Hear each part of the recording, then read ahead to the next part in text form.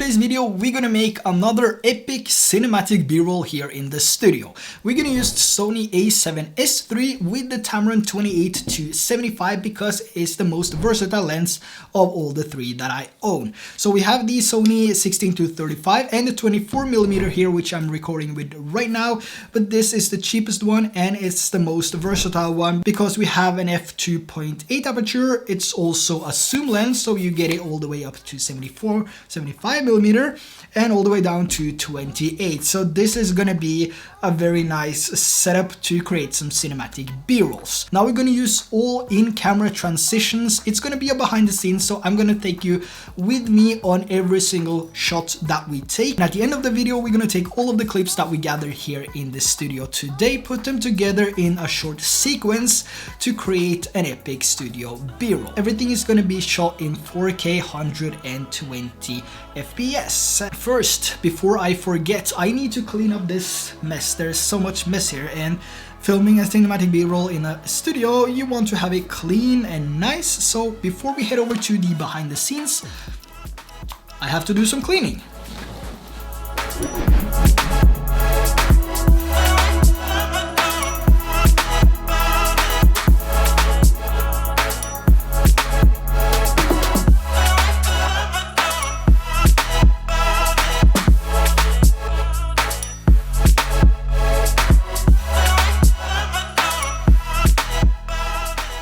So this is what YouTubers don't show you.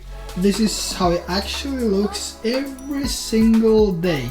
Everything is just being thrown at this table, and yeah, you don't want to have this when you're gonna film a studio b-roll, or when you're gonna show off your studio or show off anything that you want to film. So I think it's time to clean this up. Yeah.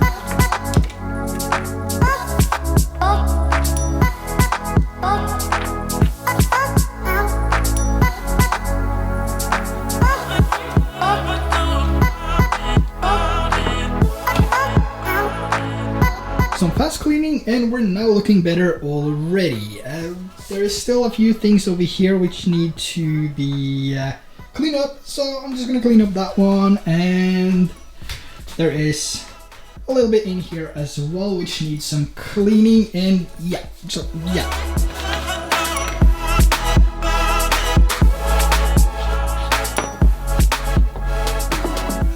So now that everything is cleaned, we need to do some staging because we want the office or the place we're at to look as good as possible. So it doesn't, like I said, it doesn't matter where you are, but you want the video to look more attractive and appealing, so you might want to stage it a little bit before you do your shooting. So you're probably 10 times better than me when it comes to staging, but I think we're gonna manage to do something here in the studio. And one more thing which is also quite nice is if you have something that you want to show off, like this. We have the DJI FPV drone with the Action 1. If you have something like this that you want to show off, then you can simply just, you know, stage it, place it somewhere nice, have something nice in the background and so on. And then you can do a couple of shots of the FPV drone. So we can do a wide shot, and then we could do a medium shot, and then a close shot. So we have three different types of shots of the object or subject that we want to shoot as well, and we want to, you know, show to our viewers. So we might be using this as a stage object, and then and see if we can get a couple of shots of that as well. So yeah, we're just gonna do some staging and see if we end up with something that looks nice.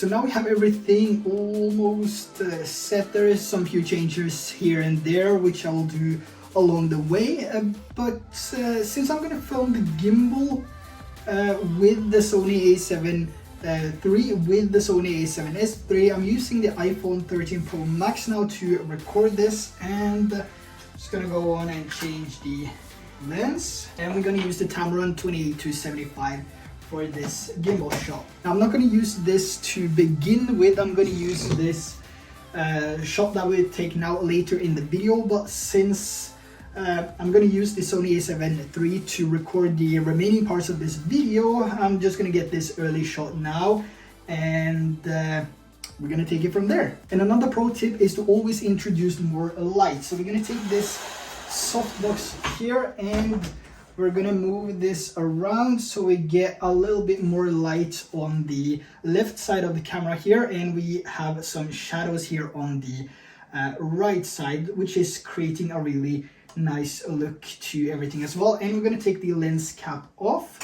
And another thing is that we're gonna make sure that this lens is fairly clean so we don't see any dust particles or anything on the lens itself, because now it's gonna look a whole lot better than it was before with these small dust particles on it, because it's not going to look that great. So like I said, we're going to shoot everything in 4K 124 FPS, and we're going to use 422.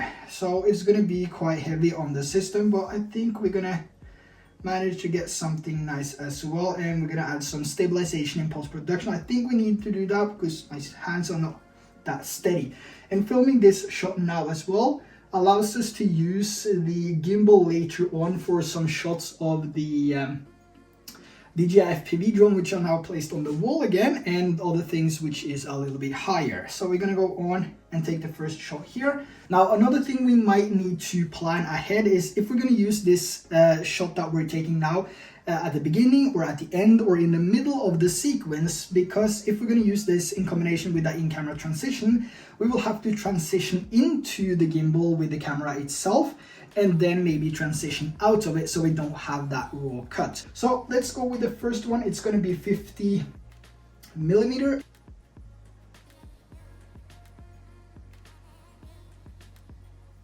So now we have one. Let's go on and take another one. We can take a wider one as well, go a little bit further away.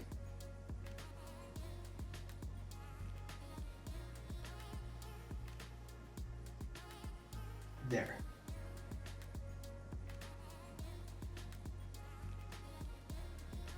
So now we have the medium shot and we have the wide angle shot, and did you see that both of the shots were taken in the same direction, which makes it even more seamless if we only use our raw cut as well. So this opens up the opportunity to use them in both ways, as just a raw cut or use them with a part of a transition.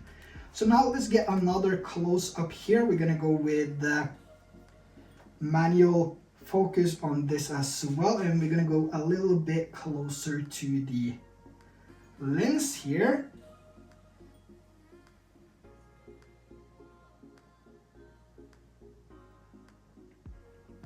So there I did just a easy, simple pan to the left at the end, which can be a transition into the next clip. Now let's get 3 more shots here of the camera on the gimbal itself, and this is really going to make a difference. We're going to use in-camera transitions.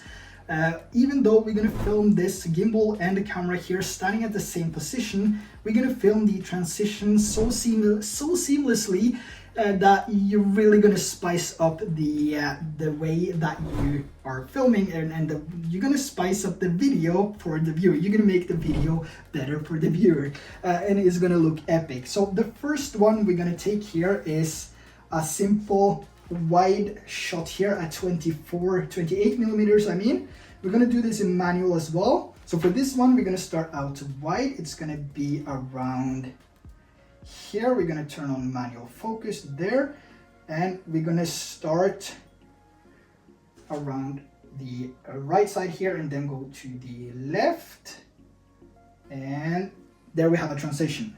So we have a transition coming in there, right? And we're going to do one more now, which is medium shot. We can zoom in if we want.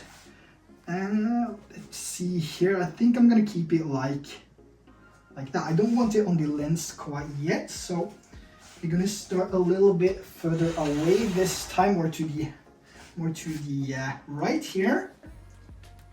And that means we're gonna come in right there, and we're gonna do one more. So now we have a transition coming into the lens here, and the camera, and we have one going out. So if we do another one, which is always zoomed into 75mm here, and we're gonna focus, and this time we're gonna go over to the lens here, and that means we're gonna start here and in and out. So there we have 3 transition shots which we can put together, and if we just put those together fast now without adding some stabilization or anything like that, it's going to be shaky. But if we put them together now, you can see here that we have a really nice sequence with only 3 clips of the same object, which is really making it pop even more. So I'm gonna move over and change this iPhone now with the Sony A7S 3, or the Sony A7 III, I mean, and record the remaining parts on that. That allows me to use the gimbal as well. So now that we finished up the shot with the gimbal and the camera, we're gonna move over to some establishing shots of the studio here. So this is what's gonna be at the beginning of the video. So we're gonna have some wide and some close-up shots before we move into the smooth, seamless transition part of the sequence. So I'm gonna go on and turn on my Mac here so I can get the screensaver going as well, so it looks a little bit better. So now we have the Mac being booted up, and I also have the iPad Pro there with LumaFusion, which is showing a timeline. This is also something that you can do if you have a project running or something like that. You can do a playback of that, and then you can have that running in the background as something which can spice up the appearance and the appeal of your video. Appeal, you know what I mean. If you have something in the background that you want to show off, or a sequence or anything like that, you just throw it in the background, and yes, there's nothing worse than having nothing in the background. Let's get this screensaver going. I also noticed that there's no camera on the overhead tripod there, because that's this camera. So we need to move this camera over to that tripod, so we make the the setup complete. So back to the iPhone 13 here, and we have the camera now mounted on the tripod stand. And let's get to the opening shot here and the establishing shot, and we're gonna do 2 or 3 of those as well. What I suggest is that you do 3 shots of every single thing that you want to film. That means you do a wide angle, mid angle, and a close-up shot. So that leaves you with 3 different shot types that you can choose from. So whether you use 1 or not, that's up to you, or whether you use 2 or all 3, that's all up to you to decide. But then you also have the option to use all 3 shots if you want to do that. So also a nice tip to consider when you're out filming your travel videos, your B-rolls, and whatever you decide to film. So let's start with the opening shot here, and we're gonna have that at a wide angle. So we're gonna start with 28mm, and we're just going to do a simple pan for the first shot here. So you're going to get at a little bit of distance here. Now what we could do is to open up the door, and then we could easily just introduce the studio here from a dip to black, or dip from black to the studio itself. And we're going to hit record, and I'm just going to slide out like that. You can also do that again.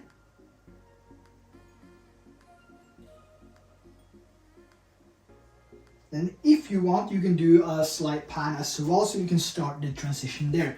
Doing that at the end also allows you to decide if whether you want to use that pan to create a transition or not, because we're filming in 120 FPS, which means that when we slow down the clip will be fairly long, so you can decide whether you want to use that transition or not.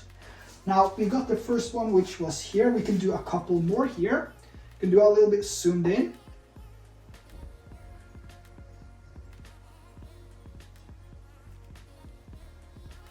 Like that, and we can do one more where we focus on the iPad here.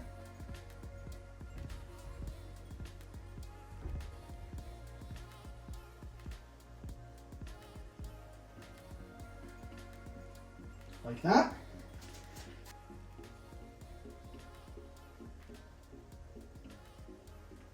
So now we can sort of decide whether we want to use the short one, the long one, or the mid one, or if we want to use all three of them.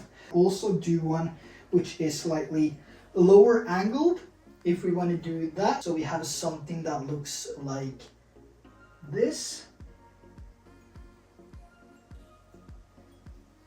We can also do one which is high up here.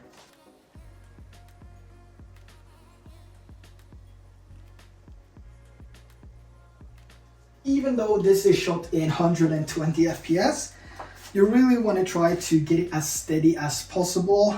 So if you have a gimbal, then I highly recommend that you use one, because you're gonna have a better editing experience as well, because everything is going to be more stable, and the less stabilization you need to use in post-production, the better the editing experience you will have and the better your video will look. So now we got a couple of establishing shots here of the what's going on right here.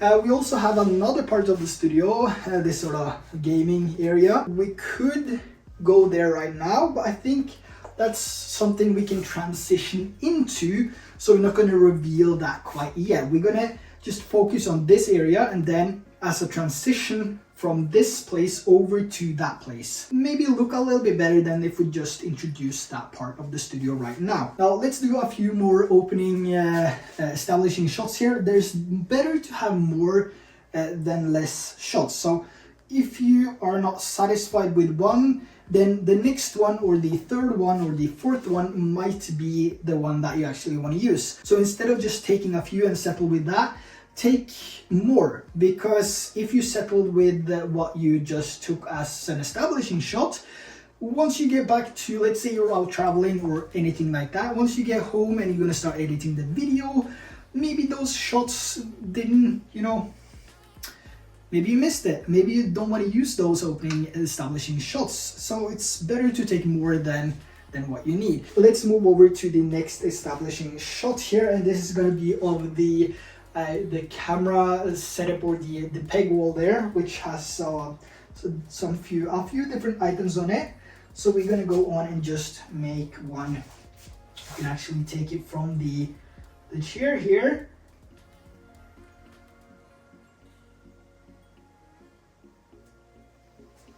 So there we have that one. I think we're going to do one more as well, which is more of the entire area here. So we're going to go back here, and like I said earlier, everything is going in the same direction. So now all of the clips I shot was going from left to right. So we're going to do that with this last one as well. And maybe for this one, since I'm going into the other room here, we can use the finishes of the door opening here to create a transition, which could transition into something which is going to be more close up here on the desk here. So if I press record, you can see we can use this side of the door opening here as a transition. So you can decide whether you want this to be fast or if you want it to be silky smooth. Depends on which software you are editing with. If you edit everything in LumaFusion, which is an editing software on the iPad and iPhones, then you might want to, as you do the transition, let's see here, as we record this and we get to the transition point, we're going to do a fast movement, because that allows us to do less speed changes or speed ramps in LumaFusion as well, and makes it even better. So let's go on and take a proper one here, right there. So get this. So there we have one. And there we have two. Since we went to the right on this transition right here, that means for the next shot we're going to take over at the desk, it's going to be from the left, then to the right, revealing the object, and then we can go, up, down, left, right. Let's find out. Now, since I'm going to film this for the last time now, we're still going to stick with the iPhone 13 Pro Max here. And what I'm going to do now is to actually use the softbox as a part of the transition. Remember back there, we went from the left to the right, and then we just did a fast whip to the right, and that means we're gonna come from the right of this side right here now. So we're gonna come down here, and we're gonna film just like this from the right, film the camera rig here, and then we can decide whether we want to go down, up, or back to left, or continue to right. This would actually be better with a gimbal, but if I can, try to do everything without a gimbal, it's easier because a gimbal is also expensive, or used to be expensive. But if you don't own one, you shouldn't really need to buy one if you can do this handheld. So we're going to start here from the left, go over to the camera. We can actually go a little bit faster, and then we can go down. We can do one more, so we have more shots to decide whether we want to use this one or that one. Oh, let's see. It's a little bit shaky.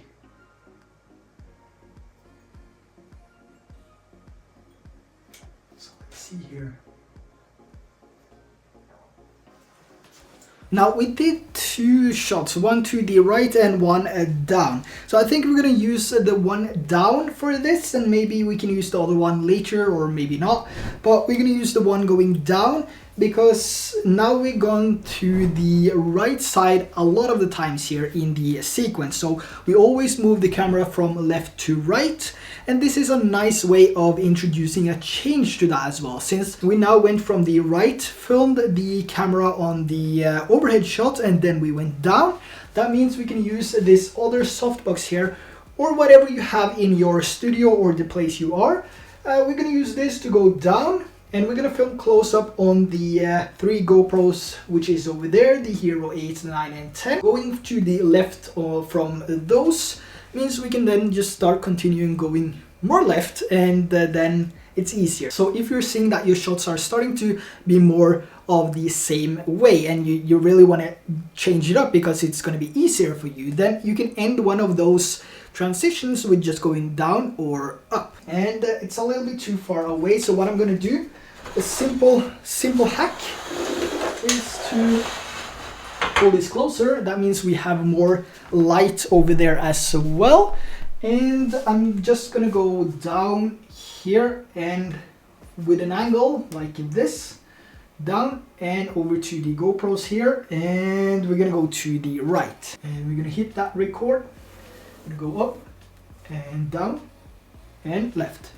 Now might want to do that one more time here, so we're gonna go down and left. Do one more. Okay, that was the one. So now we have introduced the width pan to the left, so that means we can go on and do our next in-camera transitions. Since we went, we can do the same thing as we did with the gimbal to begin with. So if I just move this a tiny bit over there, we can do the same thing. We can introduce a little bit of light here, and since we filmed at such, far distance, we can do another to the left, but this time it's going to be closer, so just like we did with the gimbal to begin with. So if we go a little bit closer here now, and if we just start from the right, going to the left over to the 10, and then we go over to the left again. So I'm going to get this a little bit closer at a little bit of a different angle here, something like that. So if we go in, and we go into the GoPro, and then over to the left. So we can do that again. So there, I think we have it. So the next one now then could be, since we did 2 with the GoPros now, and the next one could be easily a more subtle transition over to the desk here. So if we focus in on this right here, we can do one which is coming in like that, and then to the right again. So now we have one there, and the next one could be between the opening here and then just towards the iPad. So for this one, we're going to zoom all the way into 75. This one is going to be very subtle with slow movements here. So we're going to move in and then move out.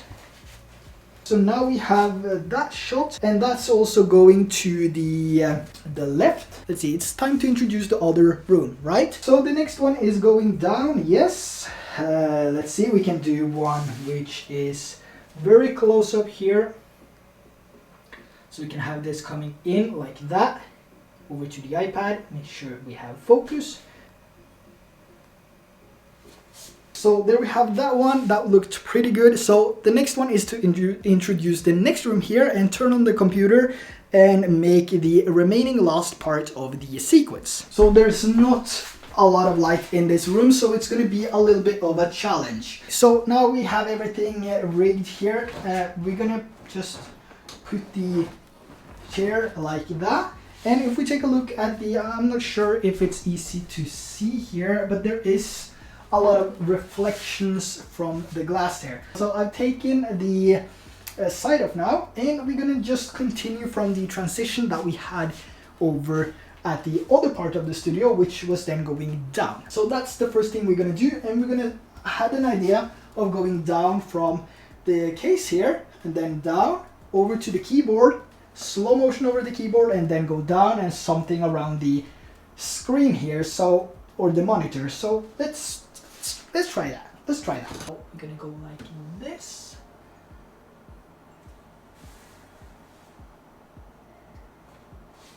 So now we finished with that, and as we could see here at the end of the clip here, we did just continued the downward movements. So now I have another thing I want to try out, is going back from the back side of the monitor, and then we're gonna sort of come out and show the keyboard here and do a rotation going down towards the keyboard, and then just sort of dip to black, and then we can use that dip to black to get into the next transition.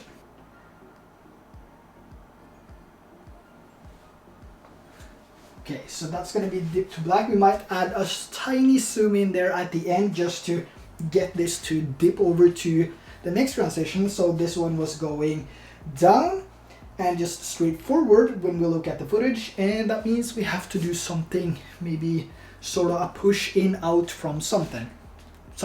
Yeah, but before we turn off the computer here, I just want to get some establishing shots of the computer as well. Maybe I want to use it in the sequence, maybe not, but I think just having a few is gonna be better than not having. So we're just gonna do some simple pans here to the left, and just end up with a slight pan as well, just in case we want to use it with something here.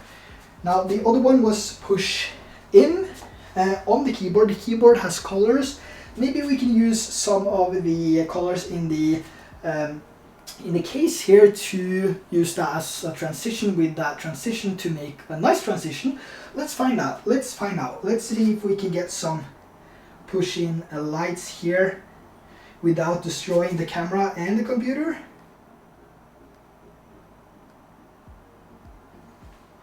Okay, that could work, and we ended up with a transition going downwards. Now let's see if we can, get an ending shot with the same type of transition going down and then revealing the end of the studio here. So maybe we can do one out there and one in here, and we have those two as the close-up shots for the entire sequence. So the next transition can then be from the top of the door opening here.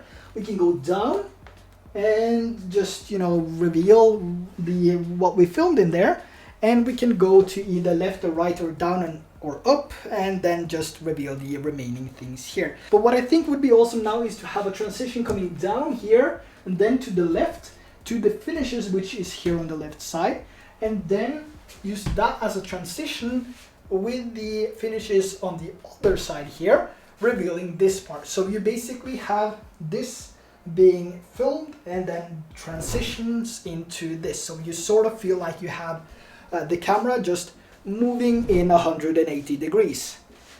Yeah, it's a good idea. Let's try and see if that works. So we're gonna do this handheld. It's a little bit high up, I'm quite short, so this is, yeah, we'll see. We'll see. Let's just give it a shot, shall we? Okay, so we have it there. Okay, I'm not sure how that's gonna look. So we went down to black to this.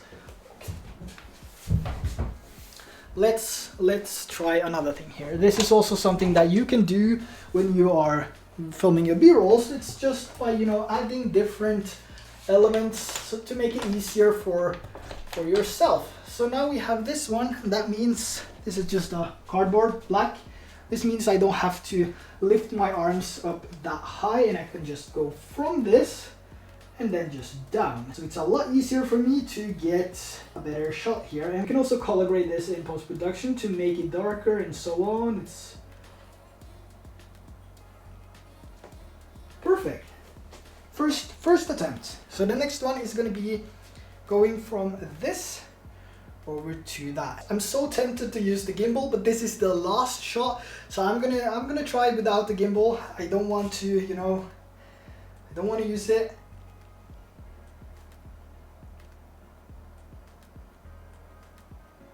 Even though it's better, I think that is gonna be fine. Keep in mind, we're shooting in 120 FPS, so we can slow it down to 20% in a 23.98 timeline. So all the clips is gonna look awesome anyway. Oh, okay, so now we finished up the entire sequence here. I did not film the DJI drone. That is what I need to film. I'm gonna try that in handheld as well. I just want a simple pan shot to it, maybe as a transition in. We can make a transition out of that as well. So let's move over to this one. Okay, let's do it. Let's do it. We are fully zoomed in. We are just trying to get, let's see, there we have it, and there we go. So now we have finished up the recordings of everything that we wanted to film for this sequence. Let's put all of the clips together in a cinematic sequence with some color grading, stabilization, and some epic music and sound effects from Epidemic Sound.